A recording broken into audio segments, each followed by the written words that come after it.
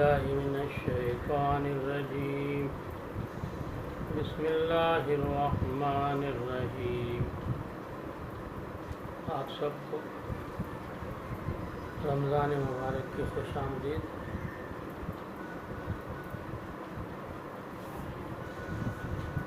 تقریباً 45 سال سے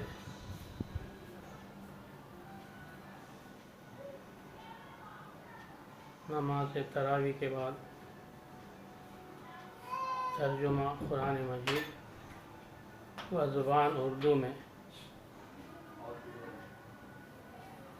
دفتر جماعت اسلامی شہر وجے واڑہ ایسٹ میں سنانے کا اہتمام کیا جاتا رہا۔ اس سال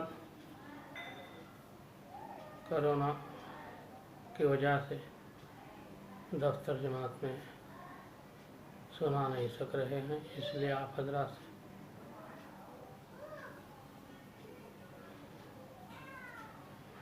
ہم کی جماعت کی طرف سے سب لوگوں کو معذرت خواہ ہیں۔ اللہ تعالی ہماری کوتاہیوں کو، ہمارے گناہوں کو معاف فرمائے اور اس ماہ رمضان میں زیادہ سے زیادہ نیک کام کرنے کی ہمیں توفیق عطا فرمائے۔ اب آپ کے سامنے انشاءاللہ تلاوت کلام مجید عربی میں سورہ فاتحہ پڑھی جائے گی، اس کے بعد انشاءاللہ سورہ بقرہ کا پہلا پارے کا انشاءاللہ ترجمہ سنایا جائے گا۔ انشاءاللہ آدھا پارہ جہاں تک ہو سکتا ہے انشاءاللہ سنانے کی کوشش کی جائے گی۔ اس وقت جہاں پہ ہم رکتے ہیں اس سلسلے میں آپ کو اطلاع کی جائے گی۔ اعوذ باللہ من الشیطان الرجیم بسم اللہ الرحمن الرحیم الحمد للہ رب العالمین الرحمن الرحیم مالک یوم الدین ایاک نعبد و ایاک نستعین اہدنا الصراط المستقیم صراط الذین انعمت علیہم غیر المغضوب علیہم ولا الضالین آمین۔ صدق اللہ مولانا العظیم۔ اللہ کے نام سے جو بے انتہا مہربان اور رحم فرمانے والا ہے۔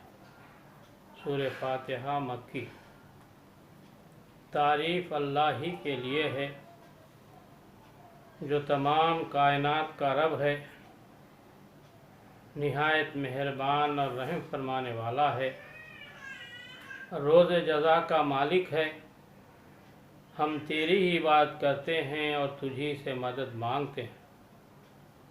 ہمیں سیدھا راستہ دکھا، ان لوگوں کا راستہ جن پر تو نے انعام فرمایا، جو معتوب نہیں ہوئے، جو بھٹکے ہوئے نہیں ہیں۔ سورہ بقرہ مدنی، پہلے پارے کی ترجمانی کا انشاءاللہ یہاں سے شروع ہوگا۔ اللہ کے نام سے جو بے انتہا مہربان اور رحم فرمانے والا ہے۔ الف لام میم، یہ اللہ کی کتاب ہے، اس میں کوئی شک نہیں۔ ہدایت ہے ان پرہیزگار لوگوں کے لیے جو غیب پر ایمان لاتے ہیں، نماز قائم کرتے ہیں، جو رزق ہم نے ان کو دیا ہے اس میں سے خرچ کرتے ہیں، جو کتاب تم پر نازل کی گئی ہے یعنی قرآن، اور جو کتابیں تم سے پہلے نازل کی گئی تھی ان سب پر ایمان لاتے ہیں اور آخرت پر یقین رکھتے ہیں۔ ایسے لوگ اپنے رب کی طرف سے راہ راست پر ہیں اور وہی فلاح پانے والے ہیں۔ جن لوگوں نے ان آیات کو تسلیم کرنے سے انکار کر دیا ان کے لیے یکساں ہے، خواہ تم انہیں خبردار کرو یا نہ کرو، بہرحال وہ ماننے والے نہیں ہیں۔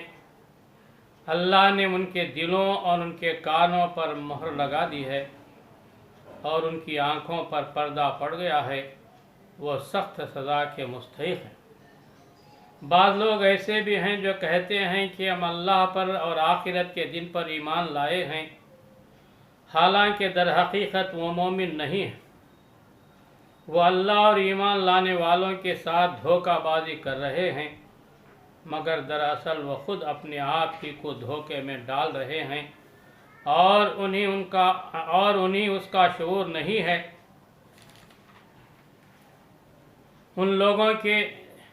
ان کے دلوں میں ایک بیماری ہے جسے اللہ نے اور زیادہ بڑھا دیا، اور جو جھوٹ وہ بولتے ہیں اس کی پاداش میں ان کے لیے دردناک سزا ہے۔ جب کبھی ان سے کہا گیا کہ زمین میں فساد برپا نہ کرو تو انہوں نے یہی کہا کہ ہم تو اصلاح کرنے والے ہیں۔ خبردار، حقیقت میں یہی لوگ مفسد ہیں مگر انہیں شعور نہیں ہے۔ اور جب ان سے کہا گیا کہ جس طرح دوسرے لوگ ایمان لائے ہیں اسی طرح تم بھی ایمان لاؤ، تو انہوں نے یہی جواب دیا کہ کیا ہم بیوقوفوں کی طرح ایمان لائیں؟ خبردار، حقیقت میں تو خود بیوقوف ہیں مگر یہ جانتے نہیں ہیں۔ جب یہ اہل ایمان سے ملتے ہیں تو کہتے ہیں کہ ہم ایمان لائے ہیں، اور جب علیحدگی میں اپنے شیطانوں سے ملتے ہیں تو کہتے ہیں کہ اصل میں تو ہم تمہارے ساتھ ہیں اور ان لوگوں سے محض مذاق کر رہے ہیں۔ اللہ ان سے مذاق کر رہا ہے، وہ ان کی رسی دراز کیے جاتا ہے اور یہ اپنی سرکشی میں اندھوں کی طرح بھٹکتے چلے جاتے ہیں۔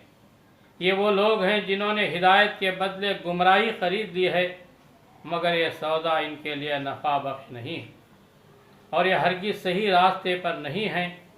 ان کی مثال ایسی ہے جیسے ایک شخص نے آگ روشن کی اور جب اس نے سارے ماحول کو روشن کر دیا تو اللہ نے ان کا نور بصارت سلب کر لیا اور انہیں اس حال میں چھوڑ دیا کہ تاریکیوں میں انہیں کچھ نظر نہیں آتا۔ یہ بہرے ہیں، گونگے ہیں، اندھے ہیں، یہ اب نہ پلٹیں گے۔ یا پھر ان کی مثال یوں سمجھو کہ آسمان سے زور کی بارش ہو رہی ہے اور اس کے ساتھ اندھیری گھٹا اور کڑک اور چمک بھی ہے۔ یہ بجلی کے کڑاکے سن کر اپنی جانوں کے خوف سے کانوں میں انگلیاں ٹھوسے لیتے ہیں، اور اللہ ان منکرین حق کو ہر طرف سے گھیرے میں لیے ہوئے ہے۔ چمک سے ان کی حالت یہ ہو رہی ہے کہ گویا عنقریب بجلی ان کی بصارت اچک لے جائے گی۔ جب ذرا کچھ روشنی انہیں محسوس ہوتی ہے تو اس میں کچھ دور چل لیتے ہیں، اور جب ان پر اندھیرا چھا جاتا ہے تو کھڑے ہو جاتے ہیں۔ اللہ چاہتا تو ان کی سماعت اور بصارت بالکل ہی سلب کر لیتا، یقیناً اللہ ہر چیز پر قادر ہے۔ لوگوں، بندگی اختیار کرو اپنے اس رب کی جو تمہارا اور تم سے پہلے جو لوگ ہو گزرے ہیں ان سب کا خالق ہے۔ تمہارے بچنے کی توقع اسی صورت سے ہو سکتی ہے، وہی تو ہے جس نے تمہارے لیے زمین کا فرش بچھایا، آسمان کی چھت بنائی، اوپر سے پانی برسایا اور اس کے ذریعے سے ہر طرح کی پیداوار نکال کر تمہارے لیے رزق بہم پہنچایا۔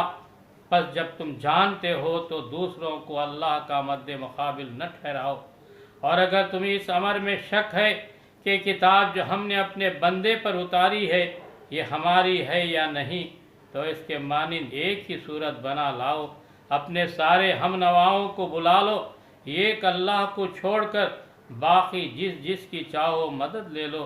اگر تم سچے ہو تو یہ کام کر کے دکھاؤ، لیکن اگر تم نے ایسا نہ کیا اور یقیناً کبھی نہیں کر سکتے تو ڈرو اس آگ سے جس کا ایندھن بنیں گے انسان اور پتھر، اور جو مہیا کی گئی ہے منکرین حق کے لیے۔